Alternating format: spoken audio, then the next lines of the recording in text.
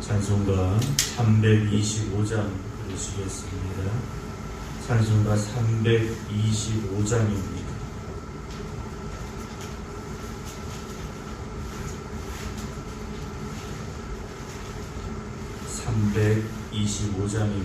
예수가 함께 계시니 쉬엄이오나.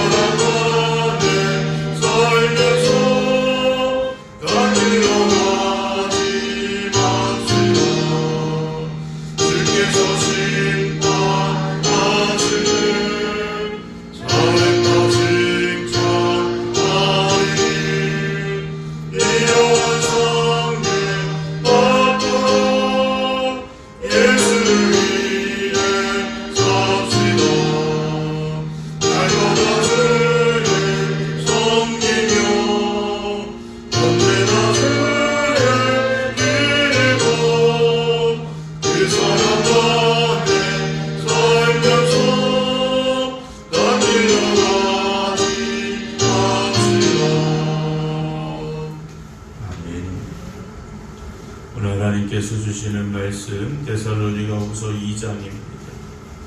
데살로니가후서 2장 1절부터 12절 말씀입니다. 형제들아, 우리가 너희에게 구하는 것은 우리 주 예수 그리스도의 강림하심과 우리가 그 앞에 모임에 관하여 영으로나 또는 말로나 또는 우리에게서 받았다 하는 편지로나 주의 날이 이르렀다고 해서 쉽게 마음이 흔들리거나 두려워하거나 하지 말아야 한다는 것이라. 누가 어떻게 하여도 너희가 미혹되지 말라. 먼저 배교하는 일이 있고 저 불법의 사람 곧 멸망의 아들이 나타나기 전에는 그 날이 이르지 아니하리니 그는 대적하는 자라 신이라고 불리는 모든 것과 숭배함을 받는 것에 대항하여 그 위에 자기를 높이고 하나님의 성전에 앉아 자기를 하나님이라고 내세우느니라. 내가 너희와 함께 있을 때 이 일을 너희에게 말한 것을 기억하지 못하느냐. 너희는 지금 그로 하여금 그의 때에 나타나게 하여 막는 것이 있는 것을 아나니 불법의 비밀이 이미 활동하였으나 지금은 그것을 막는 자가 있어 그 중에서 옮겨질 때까지 하리라. 그때 불법한 자가 나타나리니 주 예수께서 그 입의 기운으로 그를 죽이시고 강림하여 나타나심으로 패하시리라. 악한 자의 나타남은 사탄의 활동을 따라 모든 능력과 표적과 거짓 기적과 불의의 모든 속임으로 멸망하는 자들에게 있으리니 이는 그들이 진리의 사랑을 받지 아니하여 구원함을 받지 못함이라. 이러므로 하나님의 미혹의 역사를 그들에게 보내사 거짓 것을 믿게 하심은 진리를 믿지 않고 불의를 좋아하는 모든 자들로 하여금 심판을 받게 하려 하심이라. 아멘. 데살로니가 교회는 밖으로는 교회를 향한 핍박과 박해가 있었고 안으로는 거짓 교사들도 말씀을 잘못 가르치는 이들로 인한 영적인 혼란에 빠지게 된 것 같습니다. 우리가 오늘 시대도 아마 마찬가지일 겁니다. 교회를 향한 밖에서 우리를 향한 핍박과 또는 박해가 있을 수 있겠죠. 근데 더 중요한 것은 우리 안에서 진리의 말씀을 붙잡고 그 진리 안에 서야 되는데 잘못된 가르침에 미혹되어지고 잘못된 것으로 나아가는 우리의 어리석음이 있어서는 안 되겠다 하는 것이죠. 주님께서 이 땅에 오실 때 요한복음에 말씀이 육신이 되어 이 땅에 오셨다 그랬습니다. 그리고 주님 자신을 가리켜서 내가 곧 길이요 진리요 생명이라 하셨습니다. 우리가 말씀이신 주님을 붙잡아야 됩니다. 왜냐 주님의 말씀만이 진리이기 때문이다라는 것이고요. 그 진리로 나아가야만 우리가 생명으로 갈 수 있다라는 것이죠.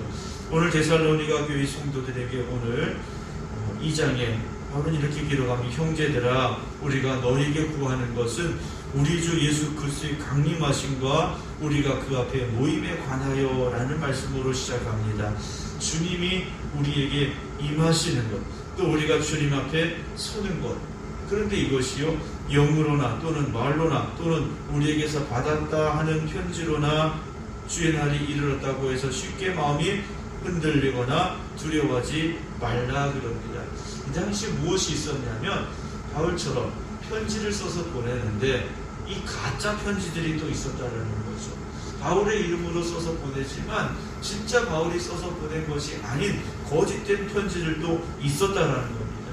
또는 영적으로 또는 어떤 사람의 말들로 야 예수님 언제 오신대 또는 예수님 이미 오셨대 이런 이야기들이 들려진다고 해서 마음이 흔들리거나 두려워하지 말라는 것이죠. 우리나라에도 그런 주장들이 있었고 지금 이미 어떤 이단들에서는 자기가 재림 예수다 말하는 이들도 있습니다. 그것이 중요한 것이 아니고 또 그것으로 인해서 우리의 신앙이 흔들려서도 안 되고 또 주님이 오신다 해서 두려움에 빠지지도 말자는 것이죠. 왜냐? 주님이 언제 오시든 우리가 영적으로 깨어있고 주님 맞을 준비가 되어 있다면 아무 걱정할 필요가 없다는 거죠. 주님께서 주님 오심에 대한 비유를 여러 가지 말씀하셨습니다. 열처녀의 비유가 나오죠. 지혜로운 5처녀 또 어리석은 5처녀가 나옵니다. 이들의 차이점이 무엇이겠습니까? 기름을 준비하였느냐 준비하지 못했느냐의 차이라는 거죠. 신랑이 언제 오든지 그건 중요한 게 아닌 겁니다. 일찍 올 수도 있고 늦게 올 수도 있고 우리가 기대했던 시간에 올 수도 있고 그 기대했던 시간보다 또는 일찍 또는 조금 늦게 오실 수도 있겠죠. 그러나 우리가 기름이 준비되어 있다면 언제 오시든 그것이 우리에게 어떤 걱정이 되고 두려움이 되겠는가 하는 것이죠. 3절에 강조합니다. 누가 어떻게 하여도 너희가 미혹되지 말라 그러죠. 우리가 미혹되어서는 안 됩니다. 사탄의 가장 큰 도전의 방법이 무엇이냐면 미혹하는 겁니다. 하와에게 미혹했습니다. 하나님 말씀 선악과를 먹지 말라 하신 말씀 앞에서 이 사탄은요 마귀는 미혹했다라는 거죠. 그럴듯하게 미혹했다라는 겁니다. 바울은 말합니다. 먼저 배교하는 일이 있고 저 불법의 사람 곧 멸망의 아들이 나타나기 전에는 그날이 이르지 않는다 라고 강조하고 있죠. 지금 그때가 아니라는 거죠. 지금 그때가 아니라는 겁니다. 그는 대적하는 자라 신이라 불리는 모든 것과 숭배함을 받는 것에 대항하여 그 위에 자기를 높이고 하나님의 성전에 앉아 자기를 하나님이라고 내세운다. 주님께서 40일을 금식하시고 난 이후에도 사탄은요 그렇게 유혹했습니다. 사탄이 원하는 것은 무엇이겠습니까? 자기 자신이 하나님의 자리에 앉는 거죠. 자기 자신이 하나님의 자리에 앉고자 한다라는 겁니다. 그런데요, 바울은 말합니다. 5절에 내가 너희와 함께 있을 때 짧은 시간이지만 그 3주라는 짧은 시간 동안 바울이 무엇을 말했느냐? 복음에 대해서 말했고요. 또 한 가지 주님의 다시 오심에 대해서 말했다라는 것이죠. 이 일을 너희에게 말한 것을 기억하지 못하느냐? 내가 그때 분명히 말했지 않느냐? 바울은 말하고 있다는 거죠. 우리의 신앙이 흔들리지 않을 수 있는 이유는 말씀을 붙잡고 있을 때입니다. 우리가 말씀을 붙잡으면 흔들리지 않습니다. 말씀을 놓치면, 잘못된 길로 빠지면 우리는 흔들리게 된다는 거죠. 목사도 마찬가지입니다. 저도 하나님의 말씀 붙잡아야 흔들리지 않습니다. 말씀을 놓쳐버리면 그 순간 목사인 저도 흔들릴 수밖에 없다는 거죠. 여러분, 오직 주님의 말씀을 붙잡으시기 바랍니다. 말씀이 힘이고 말씀이 능력이라는 것이죠. 6절에 너희는 지금 그로 하여금 그의 때에 나타나게 하여 막는 것이 있는 것을 아나니 불법의 비밀이 이미 활동하였으나, 그죠? 불법의 비밀이라는 것은 사탄의 온갖 악한 것들입니다. 죄악의 세력들입니다. 이것들이 지금 이미 활동하고 있다는 거죠. 하지만 지금은 그것을 막는 자가 있어 그 중에서 옮겨질 때까지 하리라. 그때 불법한 자가 나타나리니 주 예수께서 그 입의 기운으로 그를 죽이시고 강림하여 나타나심으로 패하시리라. 바울은 말하고 있습니다. 예수님께서 그 입의 기운으로 그를 죽이신다 그랬어요. 말씀의 권능 앞에서 악한 마귀는요 떠나갈 수밖에 없고, 그리고 사라질 수밖에 없고 멸망당할 수밖에 없다라는 것이죠. 주님께서도요 육신으로 이 땅에 계실 때 말씀으로 역사하셨습니다. 그 말씀은 지금도 살아 역사하십니다. 말씀을 믿고 말씀을 의지하여 말씀을 따라가는 성도들 안에서 오늘도 그 말씀은 역사하신다는 것이죠. 오늘도 우리는 외칠 수 있어야 됩니다. 주 예수 그리스도의 이름으로 명할 수 있어야 됩니다.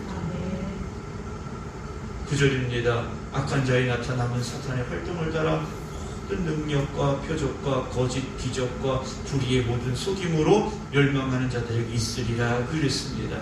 악한 마귀도요 그럴듯한 것을 우리에게 보여줍니다.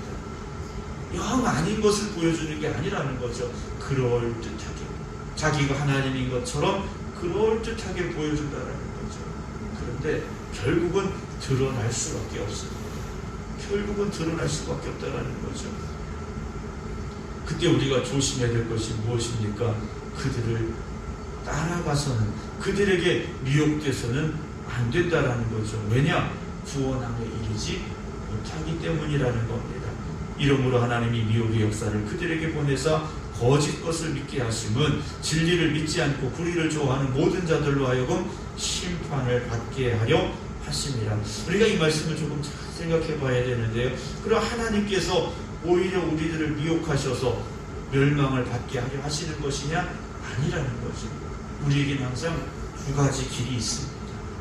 우리가 가야 될 길로 가면 되는 거죠. 아담과 하와에게도 분명히 선택지가 있었습니다. 하나님의 말씀을 선택할 것이냐, 마귀의 유혹에 빠질 것이냐 하는 것이죠. 그런데 안타깝게도요, 우리가 육신의 눈으로 바라보면, 우리가 육신의 생각을 가지면 말씀을 놓쳐버리게 되어 있습니다. 오늘 우리가 이 하루를 살아가면서 내 눈에 보이는 것, 그것을 쫓아가는 것이 아니라 하나님이 보여주시는 길로 갈 수 있는 여러분들이 되시기 바랍니다. 그래서 우리는 말씀을 붙잡아야 된다는 것이죠. 지금 내 눈에 당장 좋아 보이는 것, 정말 내 육신이 끌리는 것, 그것이 아니라 말씀으로 그것을 볼 수 있어야 되고, 말씀으로 그것을 판단할 수 있어야 돼요. 그래서 우리는 길과 진리와 생명이 되시는 주님의 말씀만 붙잡고 그 말씀을 향하여 나아갈 수 있어야 할 것입니다. 그래서 멸망과 심판의 자리가 아니라 영광과 축복의 자리에 설 수 있는 저와 여러분들 될 수 있기를 주님의 이름으로 축원합니다. 기도하겠습니다. 지금도 주님 오실 날이 가까워지고 있습니다. 우리는 언제 오실지 알 수 없지만 주님 오시는 그날에 영광된 면류관을 받는 그 자리에 설 수 있는 저희들이 되게 하여 주시옵소서. 그래서 오늘도 깨어있는 심령으로 주님 말씀 앞에 섰습니다. 말씀 붙잡고 말씀 의지하여 살기를 원합니다. 길과 진리와 생명이 되신 주님의 말씀만 붙잡게 하여 주시옵소서. 우리를 미혹하고 우리를 무너뜨리고 교회를 흔드는 악한 사단의 세력들을 주님 물리쳐 주시옵소서. 말씀의 권능으로 이기고 나아가게 하여 주시옵소서.